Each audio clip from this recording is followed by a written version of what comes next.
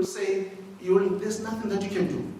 That is why when you fail patents and others, what we are simply saying, we are saying, if you work for the university, we need the professor to sign assignments of rights. He has came up with an invention. So he has to make sure that he takes the rights for himself to the university, so that under any circumstances, he will not come back and claim the rights over the invention, which it was not his or his. Ladies and gentlemen, I think I've started with the presentation. There are different kinds of intellectual property, and I've already mentioned some. Copyright is one of those. My beautiful sister at the corner, she has written a book, Undiluted. It's a book. It's protected by copyright law. So that book, she owns it for the rest of her life, as long as she's still alive. And even if she died, the last day in which she died, copyright requires that for 50 years after she has died, she will own that book. But the question I ask here today, as an entrepreneur, how are you going to make money out of your book besides selling it? Because of the story needs to be told. We need to digitalize it. And how do we do that? We do what we call copyright adaptations. Copyright does not require you that you register it in terms of the law. It exists. Just by writing something down, you own the copyright of that particular product. But you need to digitalize it. How do you do that? Adapt it. I'm going to make sure that I give it to Tobala FM to tell the story of my life.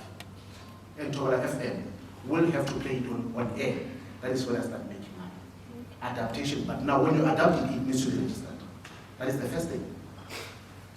I know we are desperate for money as entrepreneurs. They say it repeatedly.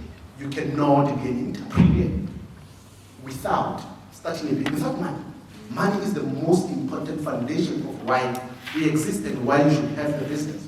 But now, they say, let's go to Moruba, they are pitching different kinds of businesses.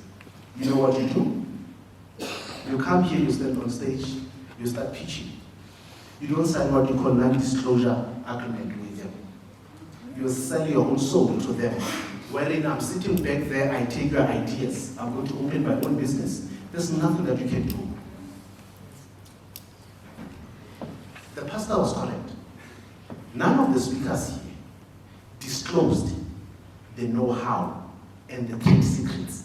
Those are intellectual property. How do you deal with your business? How do you do your business? It is the value of the business that you cannot disclose, even if you are given a platform to speak in a public space. There are things that you can do touch and go. But just imagine inviting KFC to tell us how to play make their chicken, and you expect them to disclose their secret. It's not going to be possible. It's not. So yes, of course, whatever we are saying to entrepreneurs, we are saying we value your ideas. Yes, but I cannot come here and disclose a trade secret, which is my intellectual property, which makes me to exist. You are saying they must come and consult together. They are in the same business. They are competitors. How do you expect me to tell my competitor? What I want to show me? What is like? No.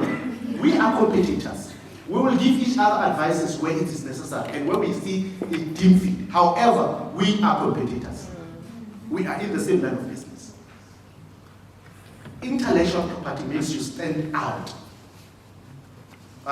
There's a show on they call it The Lion's Den. You know The Lion's Den? Very, very interesting show. And I've learned one thing. Most of the time, those people who are pitching it, they will say, I have registered a patent on this. But because we are still growing, not small, something that is small never grows. We are still growing. We need to now start to understand the value of intellectual property. What does IP does to our business? Why is it important for us to do that? You have simple trademark. If we are two people in the same business of chickens, what separates us? Branding. Pricing, blah, blah, yes. Branding. How do we brand our chicken?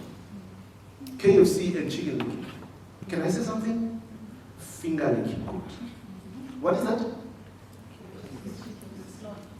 It's a slogan. For which company? Chicken Lick. KFC. What is the slogan for Chicken Lick?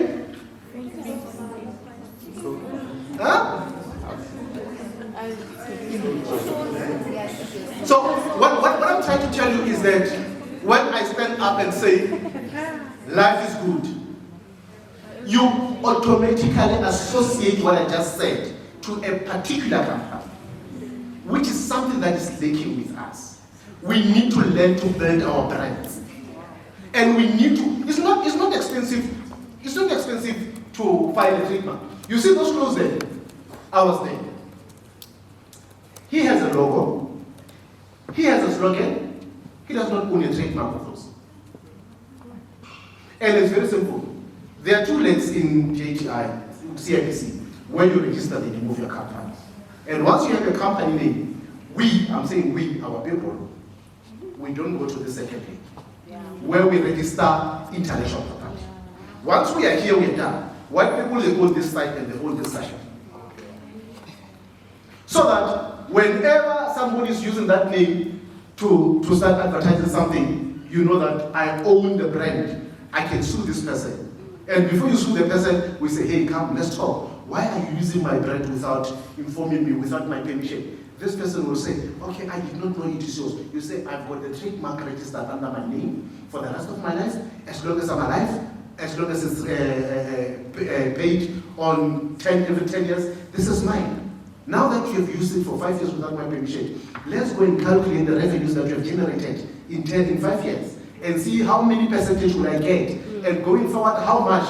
We cannot speak that language because we don't register our brands.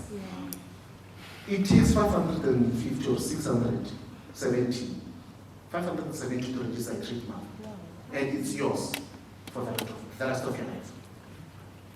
And when you own it, when you own that trademark in your business, then you can be able to say to people, I have a trademark. You see that small R? It's when you say a product is a trademark register. You see that TM next to the brand? It means it is in the process of being registered. Now I can tell that there's no trademark here. There's no R, small r, there's no TM, and it costs 500. Thank you. Thank you. That is how little it costs. That is why it's very important. When they say, hey, you must go and talk about IP within entrepreneurs, I was excited. Because of this is a free consultation. You call me, I'm going to charge you. Actually, I'm an entrepreneur. I have to make money out of you. Yeah, so you call, you say, I need us to talk. Talking 30 minutes. Where are you from? I'm in Mugobani. Okay, fine. Online. We are digitalizing. Online consultation. Deposit 2,000. 2,000. So that is the importance of a trademark within the business. The source code. People are developing apps.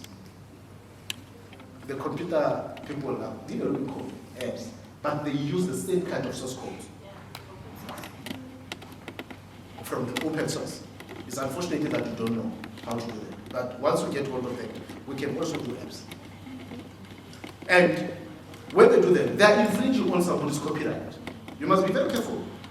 Once one day somebody comes and says, your app is infringing on my copyright because of this source codes are protected by copyright law, then you're in trouble. You need to understand that as well. Who is the originator of this source code you are using to develop my app? You need to be very careful.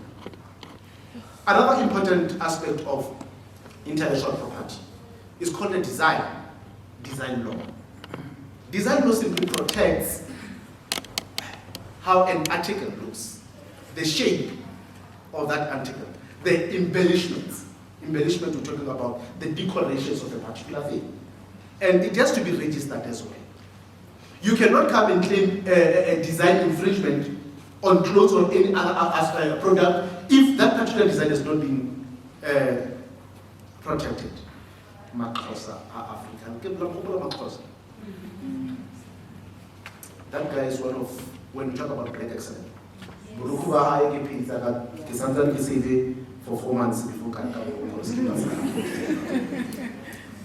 unapologetically so. And when people are saying it's very expensive, I say he knows his worth and value. as a like excellent, and I encourage that. When now to buy one get one free means you don't understand your story. And I'm proud to say, when I was in the law firm, I participated in making sure that we filed the trademark for that guy. We're not going in French trademark, you know, the professor does. For you, you know, when you have a trademark, when you know the intellectual property attached to your products, then you know the pricing of your product. They always say you're not the target market. When you're expensive, we know who will come. Don't be apologetic. You work for that very hard. And a colleague of mine said, in most of the instances as entrepreneurs, you don't know what intellectual property is there in your product. I had an honor to attend one of the functions at Valley University of Technology. One of the speakers said, I did not know about intellectual property that I was developing, but as an entrepreneur, I was developing products. And in the end, I was informed of the IP that I have, and then I protected it. And it increased the value in the company from rents to millions. How did you do that?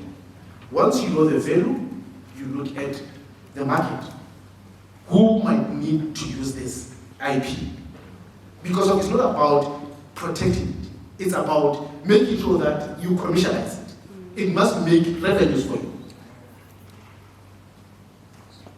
So, the last thing that I'm going to talk about, those all are in farming. There is what we call a plant breeder's right. Normally, there is ARC in Pretoria where they breed plants. But because of we are doing chickens, people are breeding chickens, people are doing a lot of things in farming. And in my life, I was honored to have an interview with one of the companies. You know what they've done? They've digitalized the market. They have drones. Those drones can be able to go to the farm, number one, check the number of fruits on the tree, calculate them. The rotten ones can be detected. The soil, also if it needs to be fertilized, can be detected. That is technology in the farming. Now, when we need to move on as entrepreneurs within intellectual property, within the space of business in which we are operating, you need to understand that when I take a decision, number one, if I'm going to talk to anyone, first and foremost is that I must have a non-disclosure agreement with this person, regardless of this person's name whatsoever. I need to say I can trust you with my business. You will not disclose my business without my permission. Secondly, you have to say to yourself, this is the type of a business that I own. There's a lady back there with candles that I've never seen. That is IP, the design of the candles. You take that candles, you protect it because of maybe you don't have the commercial muscle, you give to somebody to reproduce it. As long as you own the IP that I've designed, I've got unique design of these candles, you make money out of it. You license the company that is doing candles to reproduce your designs. Well, wherein you are doing what? You are accumulating the revenues each and every month. These are the kind of things that we need to understand. And we are simply saying, we are available to assist you, to guide you. Where it needs more money, we will therefore send you to people who will be able to assist you further. We will not know everything I need to say, but whenever you need our assistance, we will definitely be there to make sure that we guide you to protect your IP within your enterprise. Thank you very much.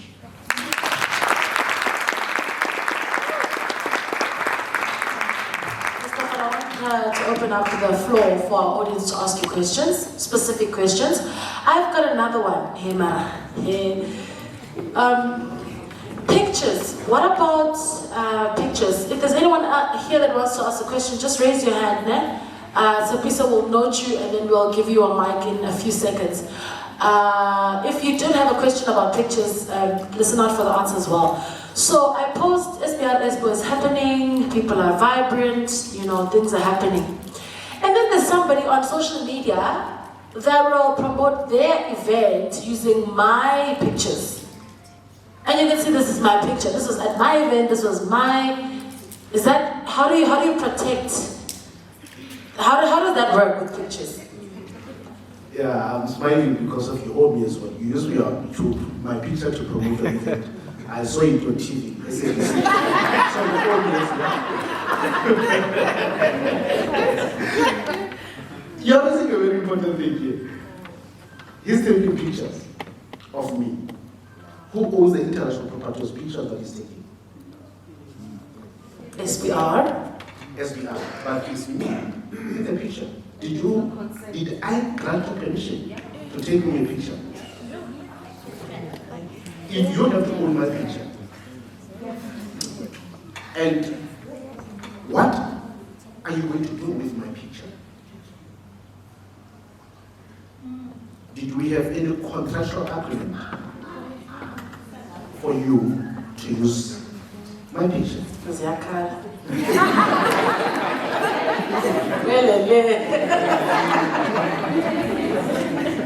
Yeah, the law says ownership of a picture like he's taking, the author is the owner, or the author is the person who's taking me a picture.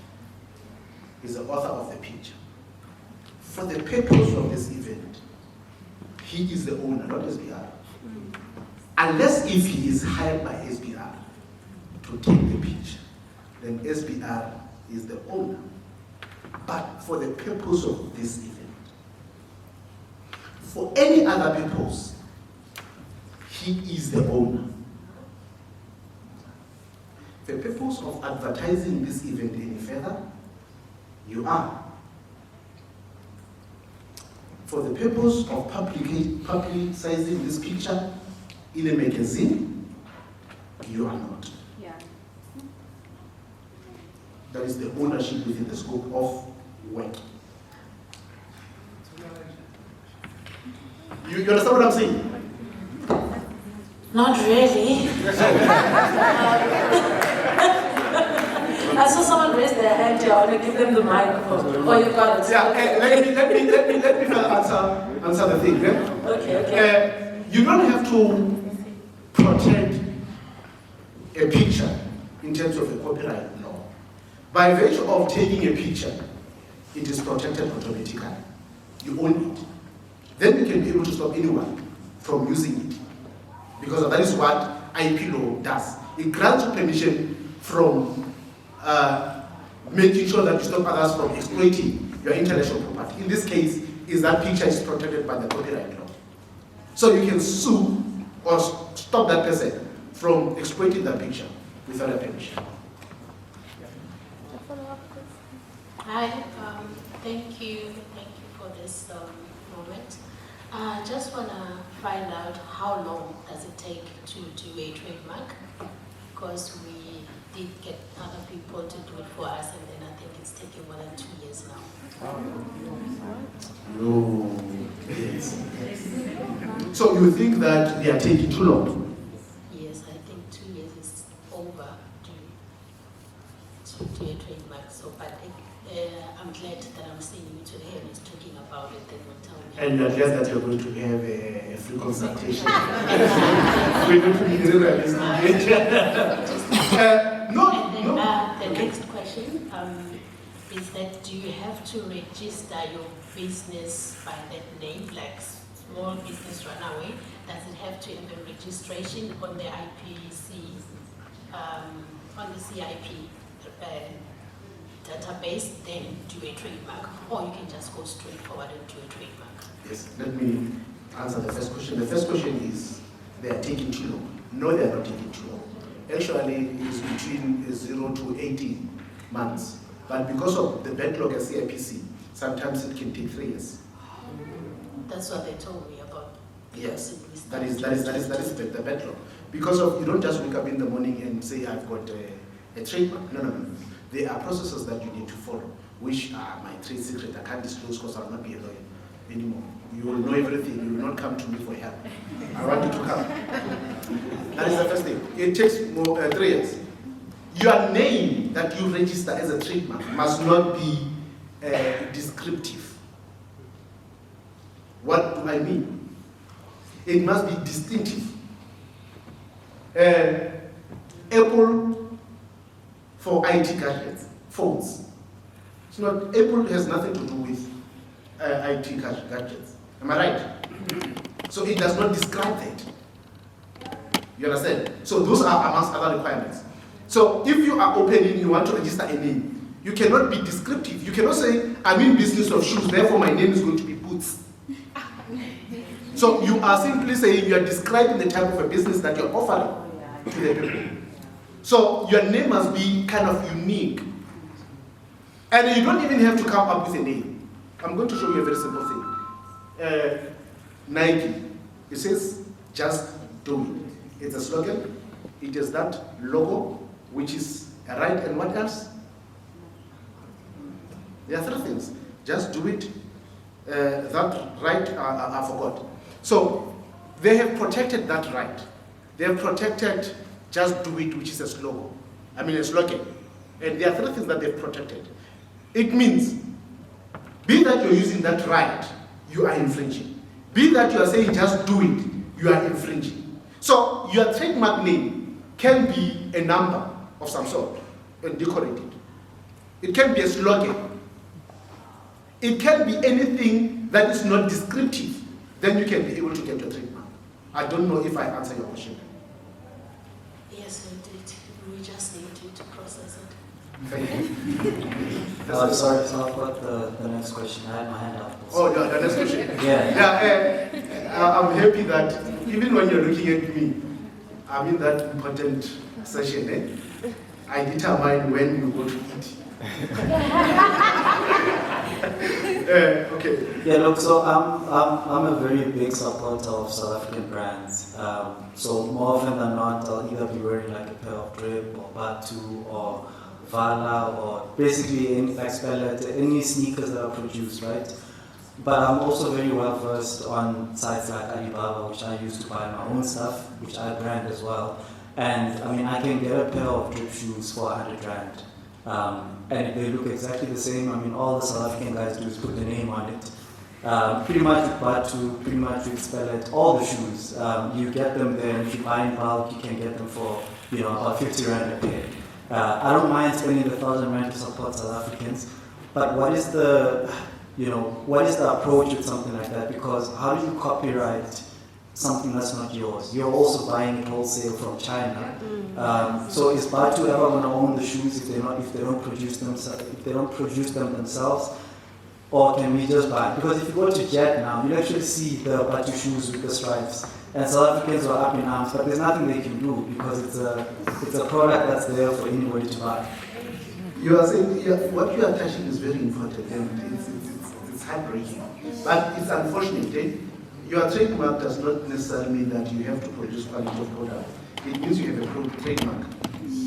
For instance, I can have a trademark, like I'm saying, it does not say the product or services that I'm offering has to be original. There's nothing to do with it. You don't say, when you register a trademark, a very simple thing, is class orientated. You register a trademark under a particular class in which you're going to provide goods or services. The law does not require or dictates that services on which you are registering or offering has to be original or should not be imported. You understand what I'm saying? If I'm saying I've got a trademark like this, I'm going to put it on my shoes. Whether I get them from China or Marabasta, that's another question. But that is your brand name within that particular class. I don't know if that answers your question. There's a question here. Oh, hi. Yes, okay. My question is, you mentioned non-disclosure. We can be 5 here with the same idea, but our minds are not the same, so there'll be something that sets me apart. And if I were to wake up today and pitch my idea to someone, how do I still protect it in a whole, adding the non-disclosure? What else is there that I can add to protect my idea to make sure that person doesn't execute it? Patents protects inventions. Patent protects processes. Patent protects methods of doing something. Patent protects, if you are a business person, let me share this with you. If you are a business person within a particular field of business, and then you go and acquire all expired patents. You understand what I'm saying? The requirements for patent, I'm coming to your question. I'm raising something very crucial. The requirements for one to have a patent as an intellectual property is that it has to be new, number one. New meaning not in South Africa, around the world. That is the first thing. There must be industrial applicability. You cannot just say, for a patent is new, a product is new. Industrial applicability, meaning that if you are saying this machine will make you kick whenever you step on this machine, that machine must do that. Another thing is that it must be inventiveness, right? Inventiveness, we are simply saying, like you're saying, 5 people within the same field of business must not look at what you're doing and say it's obvious. That is inventiveness. Now, if you think it's an invention, it meets those requirements of patents, then register a patent. It's another way of protecting it. However, these intellectual property laws do not exist in isolation from each other. You can trademark a product, you can patent a product, you've got a copyright. How is that possible? This is a brand. This is a brand. What is inside here is water, right? They've used a particular purification methods of coming up with this water. Am I right? You patent it. The method that you've used to purify this water, if it's unique, if it meets the requirements of the law, you protect it. Second thing, this is a brand, alkaline. If it is not descriptive and it meets the requirements of trademark law, you protect it. How many do you have? Already you have 2. The third one will be a copyright. Because before you purify this water, your method will have been written down on a piece of paper. So automatically you have 3 regimes of IP law applicable to this. Right? So apart from any other non-disclosure agreement, I can say to you, you will need to check the regime of IP that is applicable to your business and protect it. Because of once I have patented your product, you can do whatever you want to do. I own it, and then for you to use it, you need to get permission from me. I don't know if that answers the question. And let's say, oh, okay. I've got a question here. It's a tricky one. For the benefit of all of us, I think most of us we've done business with friends without any paperwork, and things went bad. 2 companies go into a joint venture to develop an idea, to come up with an idea, anything that can be supplied. Could be to supply toilet papers to Meropa, but they go into it together. And in doing that, one company trades, as in one company is going to be at the forefront supplying, invoicing and doing all that. Who owns that property that the 2 companies, developed together, legally? Okay, thank you very much. You are a visitor here. You came through me, you must not ask me questions.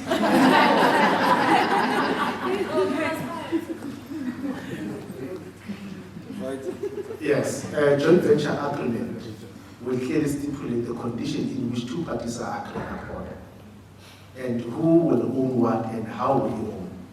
That is a joint venture agreement. There must be a contract that dictates terms on which you are agreeing on. That is a very simple thing. Now, what is your role as company A within that agreement?